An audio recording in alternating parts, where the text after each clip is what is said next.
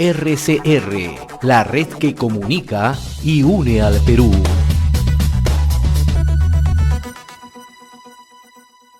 A esta hora, como cada sábado, vamos a conversar con el doctor Herbert Cuba García, especialista en política de salud pública, columnista del portal de opinión El Montonero y también columnista de RCR. Qué gusto saludarlo, mi estimado doctor Cuba. Un abrazo, ¿cómo está? Muy buenos días y un saludo a través suyo a todo el país y para el Día de la Madre a todas las madres el día de mañana.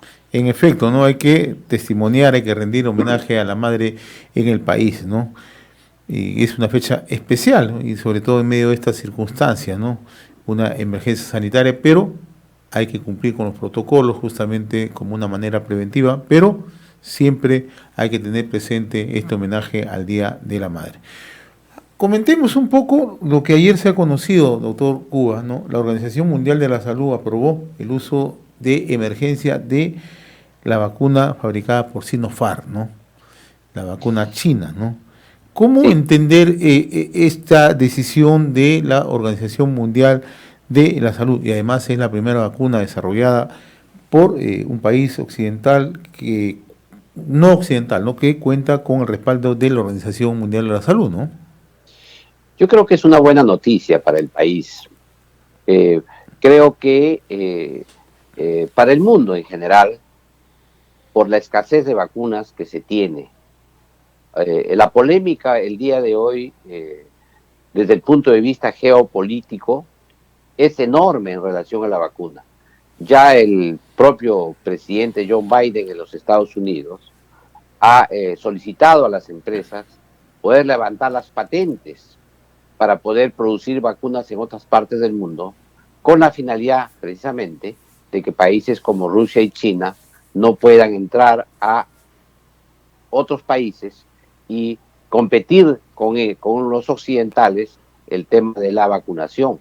El caso palpable que ha dado salida a este punto ha sido el caso de India, donde a pesar de que los hindúes producen la vacuna, no podían vacunar a su población, porque esas vacunas estaban destinadas para vacunar al mundo occidental, sobre todo a los Estados Unidos. En esa polémica, en esa discusión de cómo salir a ayudar a la población, sí, levantando las patentes de las vacunas como planteaba el presidente John Biden, creo que la Organización Mundial de la Salud ha terciado con una estrategia muy interesante al autorizar las vacunas Sinopharm para que puedan ser utilizados sobre todo en los países donde no llegan las otras vacunas o llegan a cuentagotas. Por eso que a mí me parece que es una buena noticia. Es una vacuna que se adapta muy bien a la situación de nuestro país, es una vacuna de fácil manejo. Si nosotros hubiésemos tenido las dosis suficientes, en un mes hubiéramos vacunado a todos los peruanos, porque son vacunas que fácilmente se manipulan y se aplican. El tema de la discusión todavía sigue siendo, sin embargo, la eficacia, pero como se dice, esa discusión se confirmará luego que se termine la fase 3 del estudio, cuando se vea ya la efectividad total de la vacuna. Sin embargo, en estas alturas, al no tener nada, yo creo que es una muy buena noticia. O sea, podríamos entender que esta decisión de la Organización Mundial de la Salud es consecuencia de este debate que se ha abierto sobre la propuesta primero lanzada por Joe Biden y también, ¿no?, apoyada por Vladimir Putin, apoyada por el gobierno de Francia, España y anteriormente tanto la India como países africanos estaban planteando. ¿Es como consecuencia, cree usted, esta decisión de la OMS para darle justamente la aprobación a esta vacuna? Yo creo que sí, porque en realidad la OMS y las organizaciones reguladoras de alta vigilancia le habían hecho como un veto a las vacunas de Oriente, en este caso las vacunas rusas y las vacunas chinas. Pero en este momento, a la aguda crisis y las necesidades que se tiene para 1.300 millones de seres humanos que tiene la India, que además es un socio estratégico importante en el Asia para los Estados Unidos, era inevitable que tenía que buscar una salida. Y John Biden escogió una salida que evidentemente ha generado el rechazo de las propias empresas transnacionales, y en consecuencia la salida óptima ha sido lo que ha señalado la Organización Mundial de la Salud por dos motivos. Primero, porque Sputnik ya ha transferido su patente y ya están fabricando vacunas en Argentina, por ejemplo, y en Brasil. Y esto parece ser que es una conducta que quería hacer Biden, pero que no ha logrado plasmar todavía en los acuerdos con las empresas. Y por otro lado, ya China había producido su vacuna y estaba colocándola en países como ha colocado la Sinovac en Chile, la ha puesto igual en Colombia, en Brasil, etcétera. O sea que la realidad política que implicaba que con la autorización o sin la autorización de la Organización Mundial de la Salud ya estas vacunas estaban avanzando en el plano internacional. Y además, China había reconocido que quería que la vacuna sea un bien público universal y en consecuencia la facilidad que tiene para esta circunstancia se adapta mejor. Ahora, en algún momento yo conversaba con usted el efecto político que tiene también esta pandemia, ¿no? Y ya no solamente estamos entrando a ese efecto de la política, sino de la geopolítica, ¿no? O sea, la decisión de Biden sorprende para muchos, ¿no? Pero en realidad hay otros países que han saludado, ¿no? Por la propia emergencia que estamos viviendo. Usted ha citado el caso de la India. ¿Qué tanto éxito puede tener esto en el corto, en el mediano plazo, esta decisión planteada por Biden, apoyada por otros presidentes? Yo creo que Biden ha cuestionado la esencia misma del sistema capitalista y el sistema americano, porque todos sabemos que la esencia es la propiedad intelectual. La esencia de la propiedad, el corazón de la propiedad es la propiedad intelectual, porque es lo que respeta el derecho a la investigación y a la innovación. Y no hay desarrollo capitalista si no hay innovación y desarrollo. En consecuencia, yo creo que esa polémica va a tener seria repercusión en los Estados Unidos, porque es obvio que eso replantea la situación del Estado frente a la investigación tecnológica. Y además representa un enorme realismo político, porque es obvio que tiene que Estados Unidos socorrer a sus aliados, sobre todo en las zonas estratégicas e importantes del mundo, como es el caso del Asia, en este caso con el tema de la India, y quizá con otros países de América Latina que son estratégicos, o como lo hizo con Israel, pero que como era un país pequeño no se vio mucho la repercusión. Sin embargo, China, con 1.300 millones de habitantes, sí es un tema importante y requiere ajustar el tema de la legislación americana. Yo creo que eso va a ser una puja, va a ser dentro de una negociación para que finalmente las propias empresas en modo voluntario puedan hacer convenios con otras empresas de otros países para avanzar en la producción de un mayor número de vacunas en el mundo. Porque aquí el tema de fondo está que si Estados Unidos o los países europeos no contribuyen con sus aliados estratégicos que tienen en el mundo, no hacen que esos países que les sirven de sostén para su supremacía en el mundo no tengan seguridad y ser vacunados, creo que va a ser un grave revés para ellos. Y en ese sentido creo que la Organización Mundial de la Salud salomónicamente se ha colocado en este tema para abrir la posibilidad de que estos países entren sin violar la propiedad intelectual de los países occidentales. Pero ahora ya hemos visto también las respuestas de los laboratorios, de las empresas, ¿no? Y también incluso del propio gobierno alemán, ¿no? Que tienen ellos una posición, ¿no? O sea, ¿cómo conjugar o encontrar un punto medio allí? Yo creo que uno de los temas es que tienen que autorizarse a más vacunas. Y este es un primer paso. Creo que la salida de la vacuna Sinopharm es un primer paso. La Sputnik debería seguir en la misma ruta, de tal manera que se amplíe la comercialización en el mundo. Y segundo, tiene que haber una mayor colaboración en las empresas transnacionales con otras empresas de otros países y producir también en otros países. El caso de India es increíble. India produce la vacuna, pero no la puede usar para su país. Entonces, esos son, creo que convenios que requieren, negociaciones que tienen que hacer los estados y las empresas para poder salir de este impasse. Creo que el Perú debería aprovechar esta circunstancia para poder de una vez traer una enorme cantidad de vacunas para de una vez resolver el tema de la vacunación en nuestro país. Cambiemos ahora de tema. vamos a situarnos en la realidad en el país. Su último artículo es la nueva alianza electoral y la salud. Juntos por el Perú y Nuevo Perú se unen, ¿no? A Perú Libre, ¿no? En el tema ya propiamente de la salud, ¿no? O sea, ¿cómo está observando esta alianza electoral y el probable impacto que pueda tener en un eventual gobierno, ¿no? En materia de salud y sobre todo en la pandemia, ¿no? Mire, esta alianza, así como se ha puesto en evidencia por algunos medios de comunicación el tema de género, en el tema, en las propuestas de Juntos por el Perú y Nuevo Perú con Patria Libre, igual ha ocurrido con el tema de la salud. En el primer caso, el partido de Pedro Castillo señala un sistema único estatal, o sea, la estatización de todo el sistema de salud, en un ente estatal, en un sistema único. Pero por otro lado, Verónica Mendoza y el grupo Juntos por el Perú son aquellos que conducen, su partido político conduce la salud desde el año 2009. No nos olvidemos, ¿no es cierto?, que durante los gobiernos de Humala y de Vizcarra y Sagasti se ha implementado la política que se llama el aseguramiento mercantilista. ¿Y por qué se llama aseguramiento y por qué es mercantilista? Es aseguramiento porque lo que busca es generar un fondo de dinero nada más para que el Estado, para que el fondo este único pueda comprar servicios a los privados o a los públicos.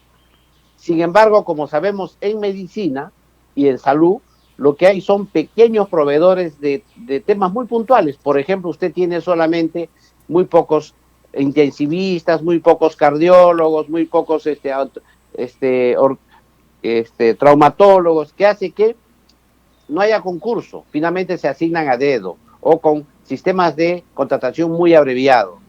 Y además no hay una adecuada transparencia en la información porque no existe la interoperabilidad de la información. En consecuencia, ese sistema lo que hace es simplemente designar a dedo los proveedores y traspasar dineros, y eso nos ocurrió ya en el gobierno del expresidente Humala, que generó tanta controversia. Se más que duplicó el gasto en salud, sin embargo el impacto que se tuvo fue menor. Y además este sistema abandona el primer nivel de atención, que es lo que todos requieren. Entonces, en estas dos propuestas que hay contrapuestas, como el agua y el aceite, ellos se unen.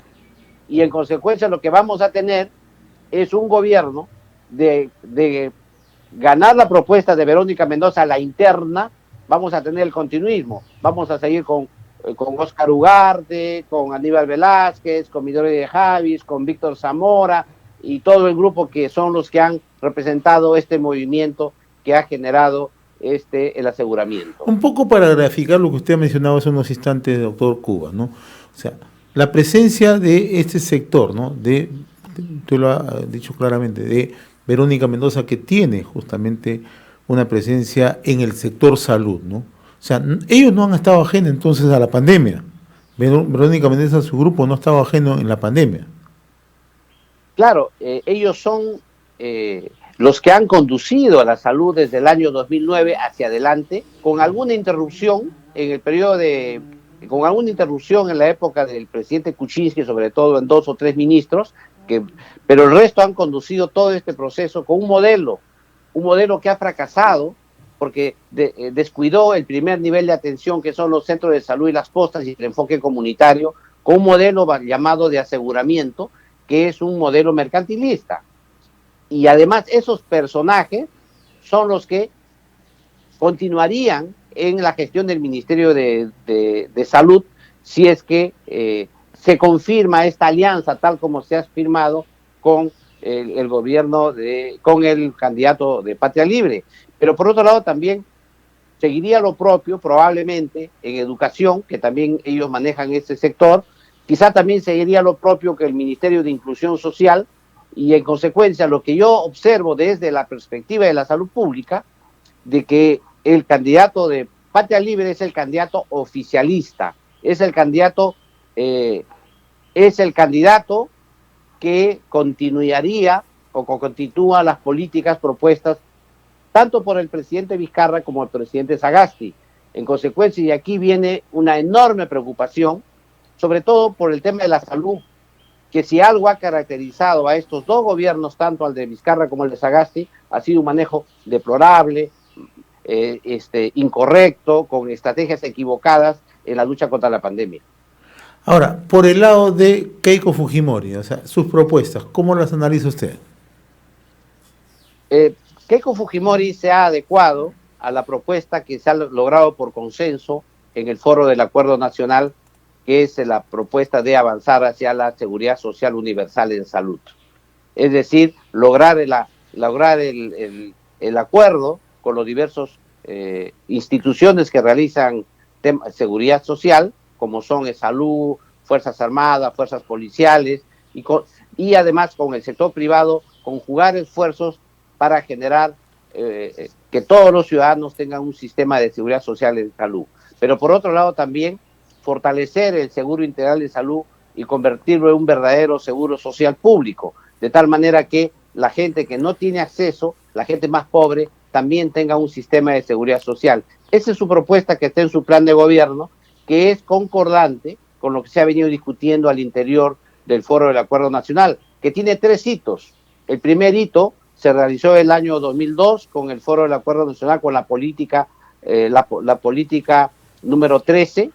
Luego se realizó el 2015 con un nuevo consenso por la salud llamado los Objetivos de la Reforma de Salud, que incluye a la salud y a la seguridad social en salud como derechos humanos fundamentales.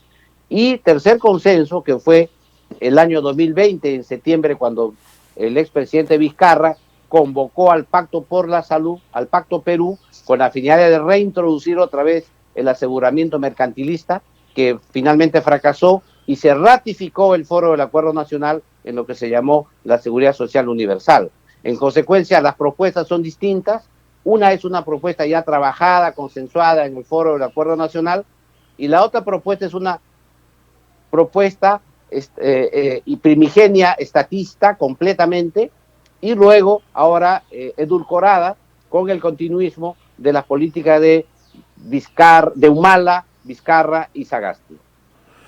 Ahora, ¿ello qué significa, no? En un eventual gobierno de Perú Libre, ¿no? ¿Qué significa? ¿Que el manejo de la salud pública seguiría siendo el mismo? ¿Que no plantean mayores cambios? Claro, el riesgo es que todo continúe igual. Ese sería el primer riesgo, y el segundo riesgo es que todo sea estatizado, si es que concluye la propuesta maximalista del candidato Castillo. Pero parece ser que ahora ya Verónica Mendoza se ha incorporado, va a incorporar sus equipos técnicos, ¿no? Exacto. Y he leído hoy día, con extrañeza, en algún medio de comunicación de circulación nacional, concretamente en El Comercio, por ejemplo, que proponen ya que el ministro Óscar Ugarte continúe en la cartera, del sector salud en el futuro gobierno, para asegurar la vacunación y la continuidad de las políticas. En otras palabras, esa columnista del Comercio lo que señala es el continuismo, precisamente, de la política de salud que se tiene actualmente, que tantos dolores de cabeza le ha traído a la población. Yo creo que aquí lo que se requiere es un cambio, una modificación de esta equivocada política del aseguramiento mercantilista, este equivocado abandono del primer nivel de atención con enfoque comunitario, y avanzar hacia un sistema de seguridad social universal de salud. Bastante complejo, ¿no?, el panorama que se nos presenta, ¿no? Finalmente, el tema de las vacunas. El presidente Sagasti anunció 12 millones de vacunas de Pfizer esta semana, ¿no? Y ha dicho que al culminar este gobierno ya tienen compromiso por 60 millones y que se está en condiciones de vacunar a 21 millones de peruanos al culminar el 2021. ¿Cómo ve este tema? ¿Es manejable? ¿Es aplicable? ¿Se puede hacer? Yo creo que el primer concepto que haremos aquí es decir que es un avance que haya vacunas. El segundo tema es que ese avance es muy lento y la crítica es a la lentitud. Y el tercer problema que tenemos aquí es pensar que la pandemia solo se va a resolver con vacunas. Y esos tres temas parten porque se ha equivocado la estrategia. Otra vez, siguen ellos pensando que vacuno y he resuelto el tema de la medicina preventiva, cuando eso no es así. Tienes que modificar estilos de vida de la población, tienes que crear una nueva concepción de la gente en materia sanitaria, y para eso requieres un trabajo en el primer nivel de atención, que significa mucha educación, mucha comunicación y mucha información en la comunidad, con la comunidad y para la comunidad. Son estrategias ya validadas, conocidas, con evidencia científica, que demuestran que la participación social, la amplia participación comunitaria, junto con el primer nivel de atención, resuelven no solamente esta pandemia, sino todas las pandemias que pueden ocurrir o todas las epidemias que pueden ocurrir en el futuro. Pero por otro lado, pensar que solo vacunando y esperándolos en los hospitales, sin fortalecer el sistema sanitario del país, va a ser la solución, es un error. Y yo creo que ese es el error que ha incurrido este gobierno. Doctor Herbert Cuba García, como siempre, ha sido un gusto conversar con usted y vamos a tenerlo cada sábado, como es habitual, ¿no?